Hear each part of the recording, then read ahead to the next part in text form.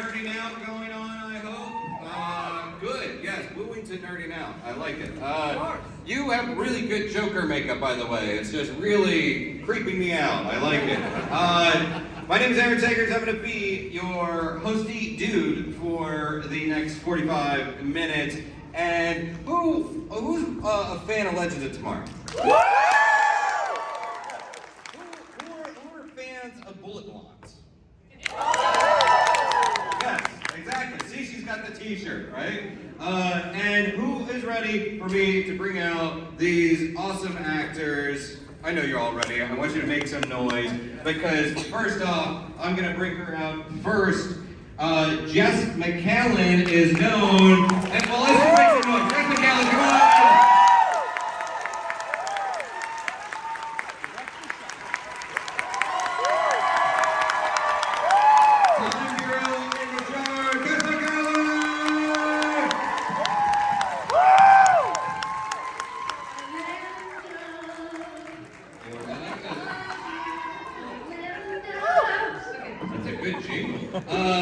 You know her as Sarah Lance, you know her as the White Canary, you know her as a legend.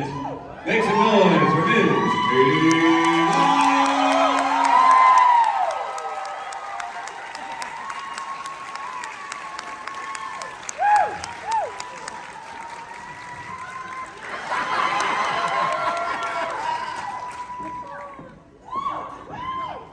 That was a very Ryan Gosling headline. All right, guys, bye. Thanks. Yeah, do you, just because I was commenting on how cool your jacket is, when you're getting your super suits, when you're putting it on, do you find that that's part of the process of channeling your character's badassness?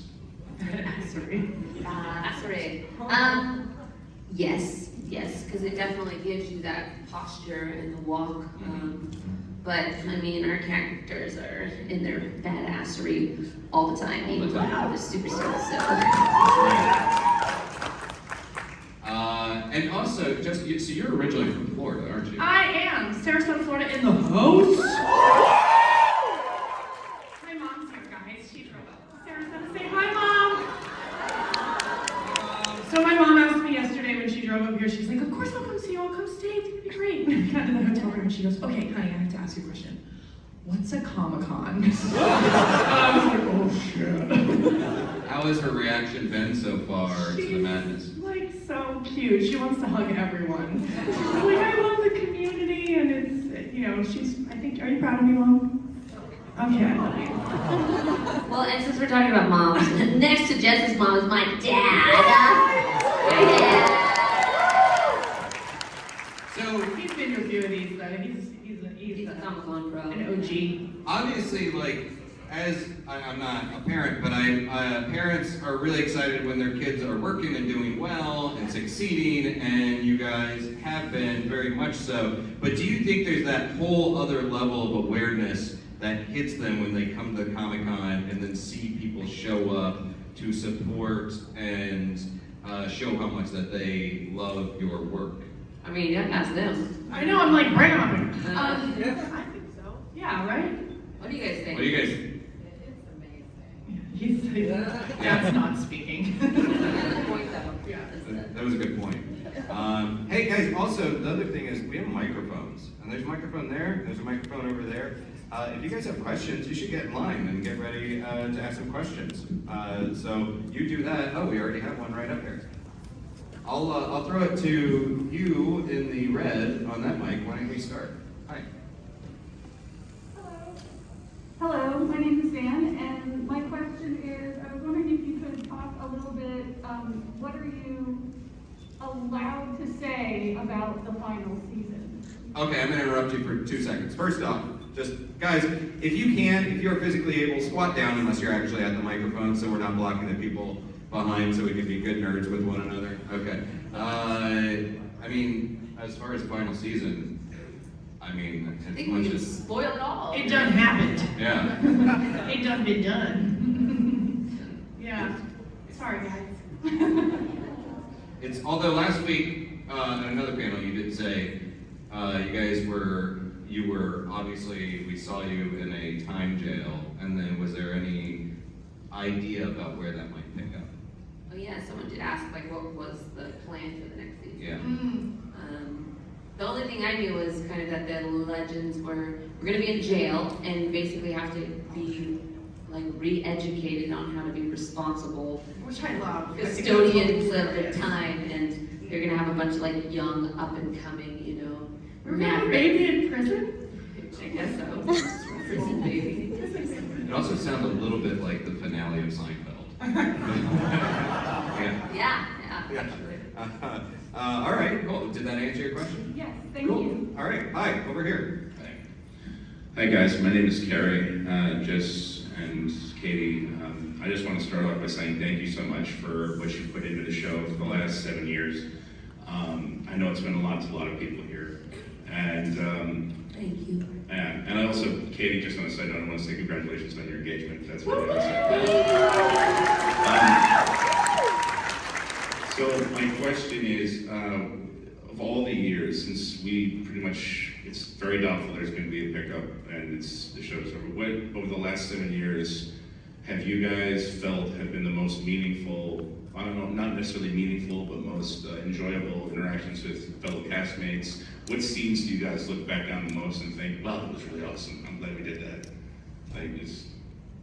I mean, it's always hard to remember all the things, but recently just doing the finale, I think, and when we had that under the blanket scene, that was such a really nice moment, I think, for our characters. And I love working with Jess because we always, whatever the scene is on the paper, it always ends up being something totally different, and it's in a really fun way where, you know, we've always had great chemistry together, and so it's always, you don't know what's going to happen in a scene until you're filming it, and so that makes it fun because it's exciting, and yeah.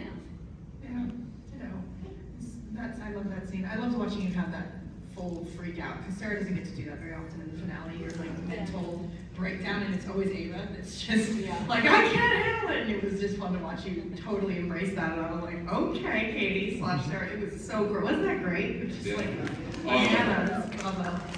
But yeah, I think to answer the other part of your wonderfully nostalgic question, the most important thing that I got out of the show was family. I mean, our cast is so close. We love each other so much. We've all been sending photos of where we are in the world right now and trying to be supportive of the non-pickup. I don't even want to say cancellation because I hate that word, but the non-pickup political crap that happened because it wasn't a creative choice. And just being supportive of each other and cherishing the last however many years we had creating the show. Yeah.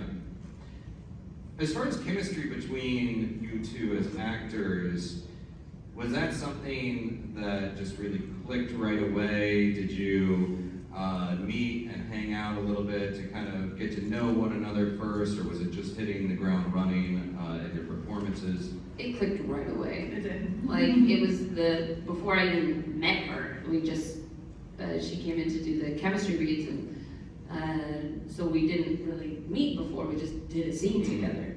And as soon as we finished the scene, it was like, I remember whatever, it was like the scene was done, and then afterwards she was just kind of improving, and it was like when she was being the time girl, and it was like, okay, thanks, bye, you can go.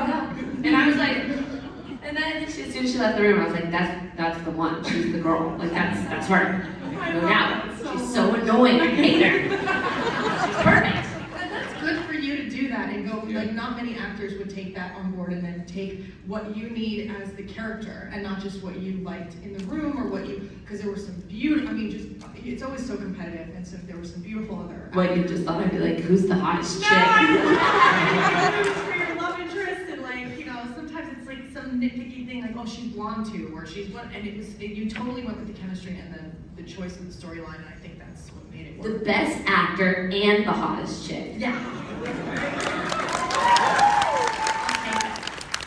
All right, second question over here. Hey. Hi guys. So what's been your favorite part of like playing Sarah and Ava? Like, what was the moment that you're like, all right, this is my character now? Gosh. Jeez. when I was 12, I'll go first so you can think, because mine's not as long of a run as hers. I crafted Ava to kind of, and I'm glad that it happened, to kind of be not disliked, but a bit of a villain and a hard push against the legends, tight bun, all the things, all of her physical actions and all of her kind of go by the rules. And I felt like I fully released into the character. I had this moment written, like at the end of season 3 or 4, because I knew where we were going, and where she took out her bun and was just the hair was flowing. They never let me do it, but I did. The hair came down, and I think that was the moment when we really got together, and she started to come into her own. That I fully embraced the journey of Ava, even though it was a plan all along. If that makes sense.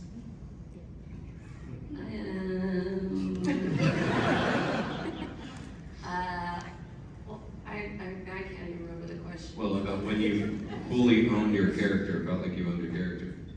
There's different iterations of it, because I think Sarah had to do that on Arrow and find who she was, and that I loved how strong she was and kind of guarded and tough, and then when we did Legends, it was like finding a completely new character, because all of a sudden all the lines and stuff, even in the pilot, where I was like, Sarah would never say this. Oh, it was really different.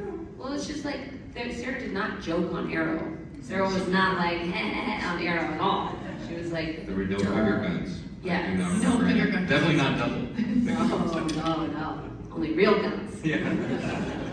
She was really, really dark, and there wasn't humor, but Arrow was dark, and so it was just a different show, and that was interesting to find. And I don't know when I found it. I'm not sure on.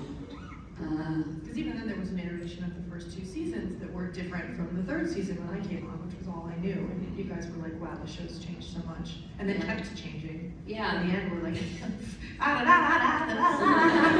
we're doing what we want because we don't care, we just love you guys. Yeah, so I don't know, lots of moments. So. Did you find it harder to be, did you feel like when you joined Legends, you were surrounded by a creative team that really got you and knew what you were capable of? No. No? Not in a mean way, but there was a lot of characters, and they were just trying to figure out what they were doing with the show. Mm-hmm. And I think it was hard for me because I liked Sarah on Arrow, and everybody, the fans loved Sarah on Arrow, and all of a sudden they're like, okay, but now we're going to do something a different. And I was like, but we love this version. This version works. Why are we doing something different? Why are we changing her? But it was fun to kind of meld the two and make it feel like they could still be the same character. At least they didn't tell you were a clone 8 episodes in. They're like, am I a robot? What is it? I'm a robot? What? No, you're a clone. It's fine. What? It's fine. It's fine. Don't worry. Am I supposed to be playing Don't overthink something differently? Is she like this now? Yeah. I wish that was the direction they'd gone. Hello, over here. Hi, by the way, you guys are awesome, and you're amazing. I love you guys so much. Thank you. But throughout the seasons that you guys had together, what's the hardest scene or episode to shoot? The second one I directed almost killed me. Acting-wise, the Is scenes that the are always- bowling one? That was the double Legends versus Legends. The double. Oh, repeatable Robo Legends. Robo Legends. Yeah. No, the bowling one was hard just for what was that script? We were trying to figure out what are we doing? Is this gonna work? But I'm trying to think of hard scenes. So our hard scenes end up being weather, or right, we're freezing. We're fighting, and there's remember the gal in the metal bathing suit, Helen of Troy, in the snow? Yeah. She was such a trooper. She was literally in a metal costume in the snow with a sword, all 10 pounds of her trying to have a fight scene. You've had some rough fight scenes, but you're so good at that stuff. Yeah, I always like doing that. I think it's hard when maybe it's you have a scene that it kind of doesn't make sense, and you're like, I don't know what to do with this. was some of those when we were figuring out in the early days. And then you normally have a director that also is like hoping you're gonna make it make sense for them, because some of them aren't caught up on the show, and so they're like, yeah, you come in and you're pouring a smoothie into Rory's ear. We're like, why? We're like, because it's on the page. We're like, why? And we're like, oh shit, I don't know. There's something kind of, there's a lot of things that are special about Legends, but also this era of the CW, which seems like it's past. And one of the things I found interesting is that you go on your set and it's like, here's the Wave Rider, and then you walk a couple feet and it's like, oh, now here's Lucifer, and you're in another show. And Vancouver was really dominated by all of these productions, all these CW productions happening all at once. Do you kind of look back and think this was kind of an interesting moment in time where all of you guys from this show and other shows and everything were moving about the same town? Was there kind of like a unique element to that? Yeah, I think though it was still pretty isolated. Like even though we were all there, it was more isolated. I think I kind of wish we all hung out more. But one year I did because I lived with Katie Cassidy, and then another year I lived with Candace Patton and Keenan. So that was fun. So I did get some, a lot of Flash crossover feels and Arrow. But yeah, it was kind of like everybody was still like Batwoman was on the same show, and I don't think I ever saw Javicia on the same stage. I never saw Javicia once. Yeah. Nobody. I don't think I ran into anybody. They were literally in the building right next door. Yeah. Yeah. Did you feel like just Vancouver overall? Would you be out for like a Sunday off and then be like, oh, there's a cast member from another show? I think you get, a lot of that in Yaletown proper or downtown proper. Everybody was there, but I have like 1 million dogs and 1 million kids, and I have all the butlers that I have to feed. So we were in North Van, so I felt like we never got to see. I wish we hung out more. We didn't really hang out as much as. Well, and then there was a pandemic when they were like, don't hang out with each other. Like, don't hang out with anyone. Stay in your apartment and lock the door. Lock the door. And just go to work and then go home. Yeah. Film 14 hours and start all over again the next day. Fair enough. Okay. Hi. Hi guys. Hi, Jimmy. I just wanted to know, what was the favorite part of doing the crossovers? That was fun going to see, because like I was saying, we didn't always get to hang out with the other shows. During the crossovers, you did. It was like the only time where you went on everyone else's stages, and also it always felt like everybody was kind of like trying to show off when you were there. So you'd go on to Supergirl and they would be like, carrot ginger smoothies, anyone? Oh, we have A&W burgers for hot snack. And I remember Melissa being like, what? They never bring out smoothies for me. And they were like just trying to show off for the other shows and stuff, so that was fun. Cool. Was there like a different vibe between different shows, or where, along with that showing off element, where it'd be like, this is our plate now, welcome to our turf? It totally, and also it was interesting because you see how they're run, and Supergirl, they shot far out, like it was a long distance, so it was kind of sucked for them, but they had proper green rooms. They had like a meditation room and like a whole, like a dog room, and then Melissa had like a giant Lego thing that she was always building, so you could go and just like try to add on to her Legos, and it was fun. And then we have a nice lounge, like a nice sitting area where you don't just sit on those like uncomfortable camping chairs normally, but we have like couches and a coffee table and stuff like that. So we would be like, oh, yeah, come to the lounge. Meanwhile, she's got Lego over there. It's like, oh well, once I leave my meditation room and pass through my Lego room and stop by the dog babysitter, then maybe I'll come to your lounge.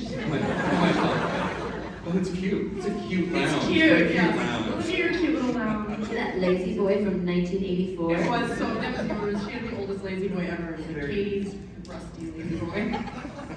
Hey there. Hi, Caity, Jess, nice to see you again. So I have a question for Caity and one for Jess. So, Caity, what was it like wearing the Supergirl costume in the season 4 finale? That was actually pretty fun. She looked awesome. It's so iconic. I mean, it really is. It's an iconic costume, and it felt good putting it on. I did. I was kind of like, this would be nice playing a superhero people have heard of. It was fun. So, Jess, did it feel ridiculous fighting the Martin Stein puppet? Did I do that? Oh, Oh, the second time I've been stabbed in the leg at the show. Yeah, that was ridiculous. That was insanity. But yeah, of course it felt ridiculous. And actually, our camera guy who directs as well, our A-cam op, who's amazing, CT, he's like the heartbeat, one of the heartbeats of our show, one of the many of the crew, was running around with the puppet arm on. They gave him like wardrobe to be whatever the puppet arm was, and he had the knife in front of him. So this is the camera. He was like chasing me with the knife on the ground with a steady cam, and he poked me in the freaking leg. And I was like, first, I think one of the only times I was like, cut! And I was like, you just stabbed me, and it really hurt, and that was really uncomfortable. Yes, thank you for bringing that up. You know you have a weird job where when you fight a puppet and you forget about it, you have to be reminded of that. Yeah. Actually, speaking of puppets, I want my puppet. That's the one thing we get every time someone leaves the show. This is how weird our show is. I mean, I don't have to tell you all this. Every time a character leaves, you're like presented with your puppet in like a small coffin box. Oh, here's the puppet. You take it home, and Macy got her puppet, and Nick got his puppet, and where's my freaking puppet? Give us our puppets. But we Send the puppet. Thank you. You just need to find a good excuse to get back on set. Like, I left my car keys there. Yeah. And while you're there, ransack. Where's the puppet? Yeah. Yeah. I'm here for the puppet. Yes. Hello. I enjoyed watching you both in the show. Now, my question is, being I love time travel, anything, so if the show were to continue, what time period, person, or event would either of you want to visit in character on the show? I'd like to go to ancient Egypt and hang out with Cleopatra.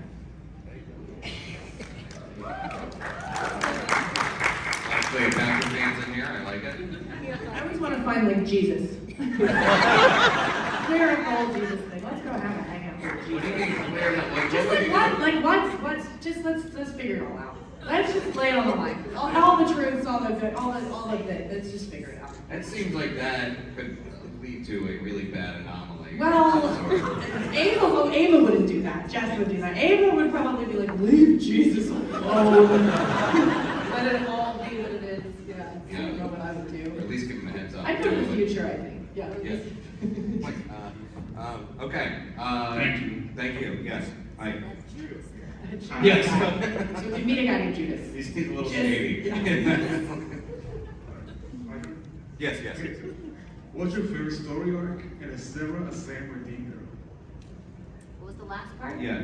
Is Sarah a Sam or Dean girl? Is Sarah a Sam or Dean girl? Supernatural. Yeah. Oh, I was like, who are they? Excuse me, can you explain? You can answer that.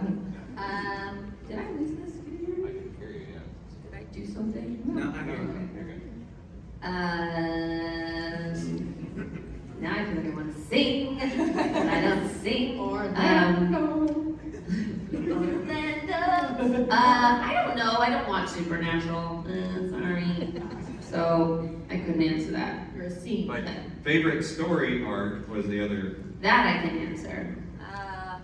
Well, I guess I loved the story arc for Sarah on Arrow when we first kind of met her and really got to see the flashback stuff and when the League of Assassins were coming back for her and with Nissa, like finding out about that whole thing. I think there was some really, and just, she was so tortured then and it was such a cool storyline. So I quite liked that storyline the best, I think.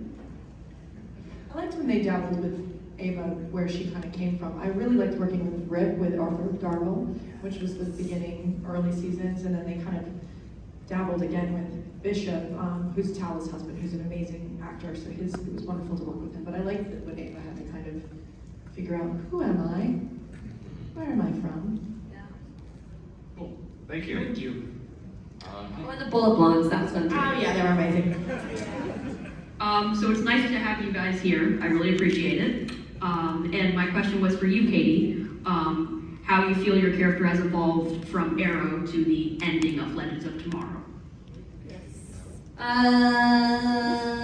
She's exactly the same. I mean, I think you guys know.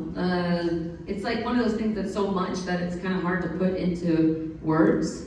But I think we just went from somebody who was total lone wolf and somebody who didn't like themselves very much. And she grew into somebody who, I think the thing that she learned was to not think about herself so much. I think before it was like all about herself in a like down, dark way, and you know, she pushed everyone away, and so she just was in this all the time. And then when she became captain of the Wave Rider and started taking care of everyone else and connecting with other people and having stuff that's outside of her, beyond her, it kind of freed her from all of that stuff. Because she just learned how to be of service to others, I think. Thank you. Thanks. Oh, hi. No. No. Now. Hello. Oh, there it goes. Hi, I'm a huge fan. I really love both of you and your relationship. Not gonna lie, Sarah Lance, you were definitely part of my, I guess, gay awakening. So definitely helped me like through high school, like figure out myself and come out. So thank you for that, and thank you guys for both having an amazing relationship. How does it feel, at least in my opinion, to be gay icons, especially being superheroes as well? I mean, it's effing awesome. Gay icons. It's like, one, the fandom is the best, like hands down. And I think it makes me so happy that we got a happy ending. Oh yes, yes, It's like, yes, absolutely. even though it didn't get to end, like, Sarah and Ava are in like the best place ever. That's you know? actually a wonderful answer. It's stronger Yes. than ever. And so, and like we were saying, having such a positive representation where, in like a happy ending, it's like we all deserve that. And it's that thing we want to be able to strive for. And I love that Sarah and Ava found love in a very healthy relationship. After crying over each other, dying so many times, and being ripped apart and put back together, ripped apart and put back together, you're absolutely right. Positive vibe was that we ended on a freaking good note.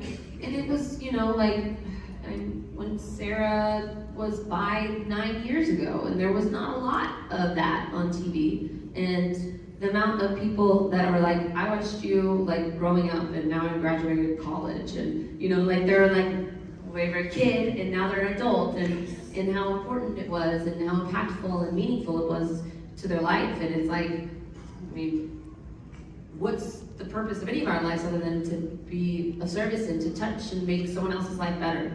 And being able to play a character that has that kind of positive representation and being a bisexual superhero captain leader on TV has been an absolute honor. Here, here.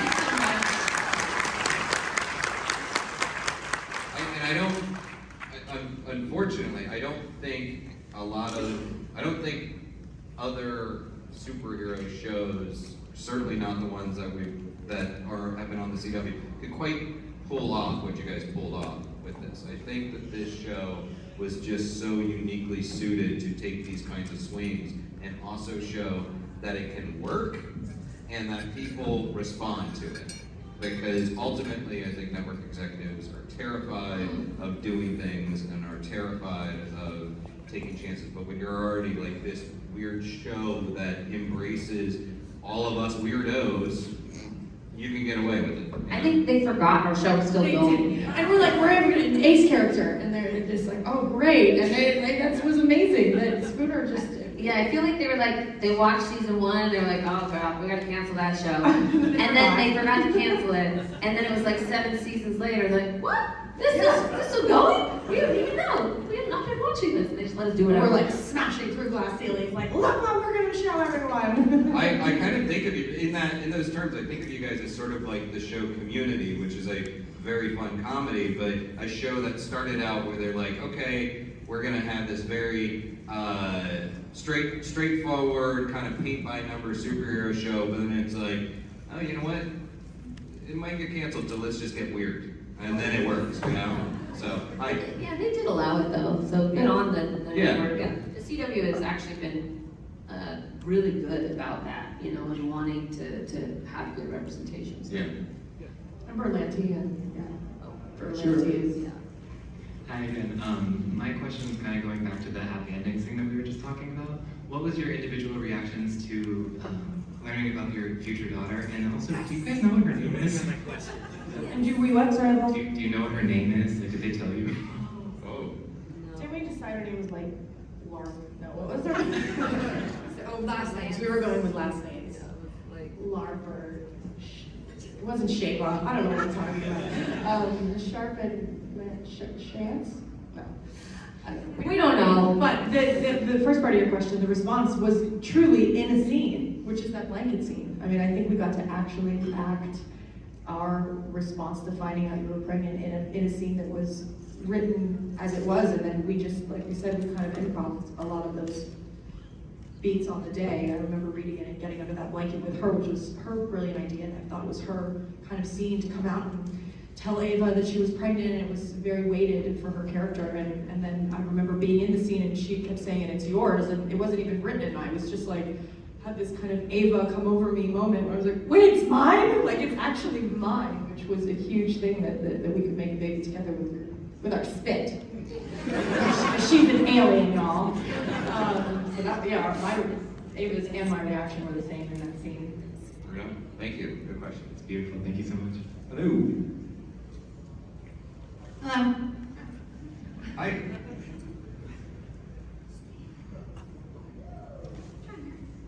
Hi. I'm sorry. It's okay. I'm No in a worries. situation. Ric Flair, guys. Okay, so honestly, I do, but first one is, I just want to know what was like your favorite episode, favorite scene. I just want to know this. It just always bothered me. Okay. Favorite episode and or favorite scene? There are so many. That's why I'm asking. I pick a favorite. Maria Antoinette was fun, just because that was just fun. We got to really dress up, and you saw the departments do what they do best, like the set deck and the dressing, and hair and makeup just went nuts, and wardrobe for Vicky is just a magical unicorn. That was fun. Bullet Walls was fun. It's easier for me to pick a favorite episode from Arrow because I didn't do as many. I think it was season 2, episode 5. That was like, there was a lot of good stuff with Sarah and her dad, and that was probably favorite episode. Yeah. Right on. Okay, I hate to say it, I do have one more thing.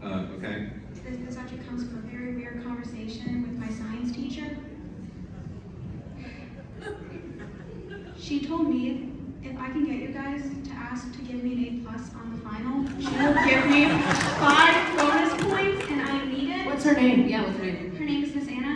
Miss Anna. Miss Anna. Will you Go ahead, get that I ready. just want you guys to tell me that I deserve an A+. That's all I need here.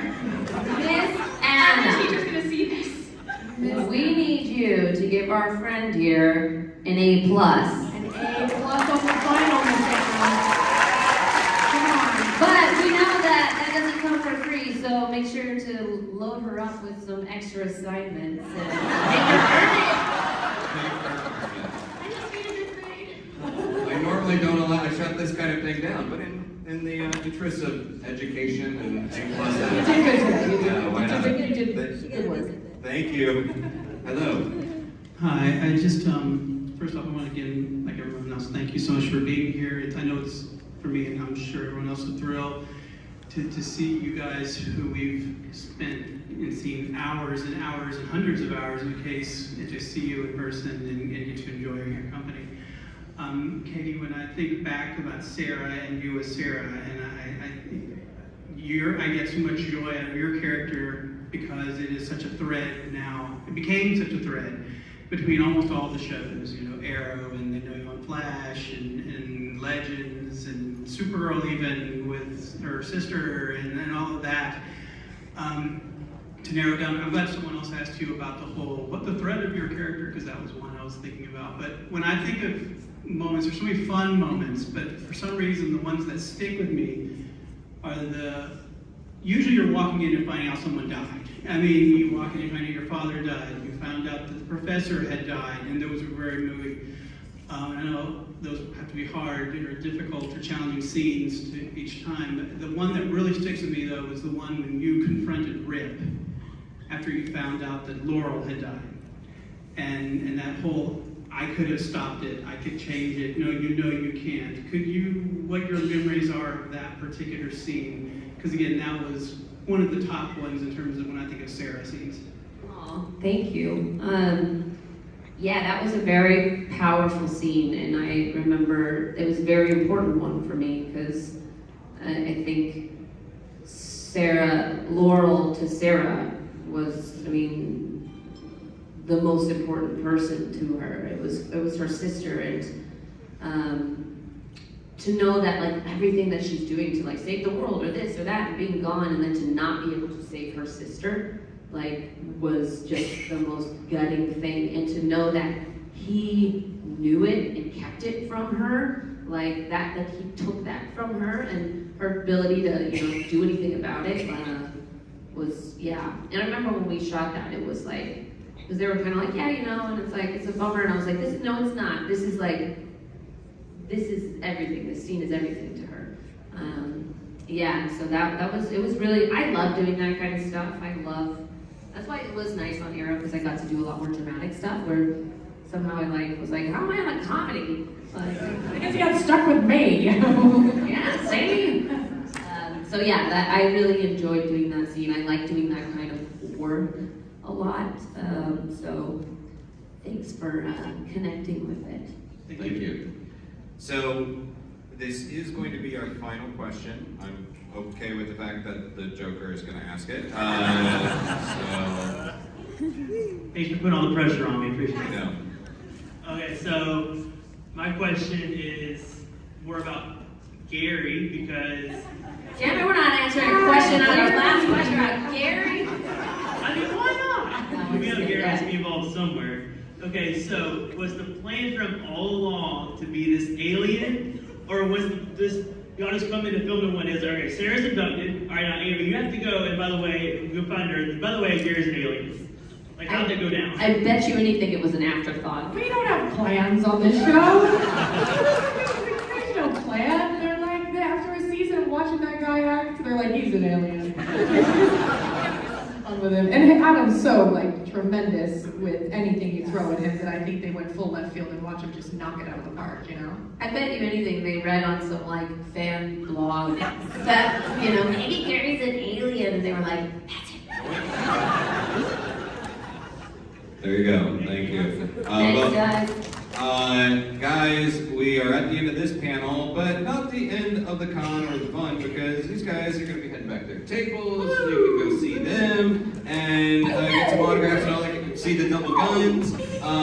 So MegaCon, you're awesome. I want you to make some noise for Jes MaCallan.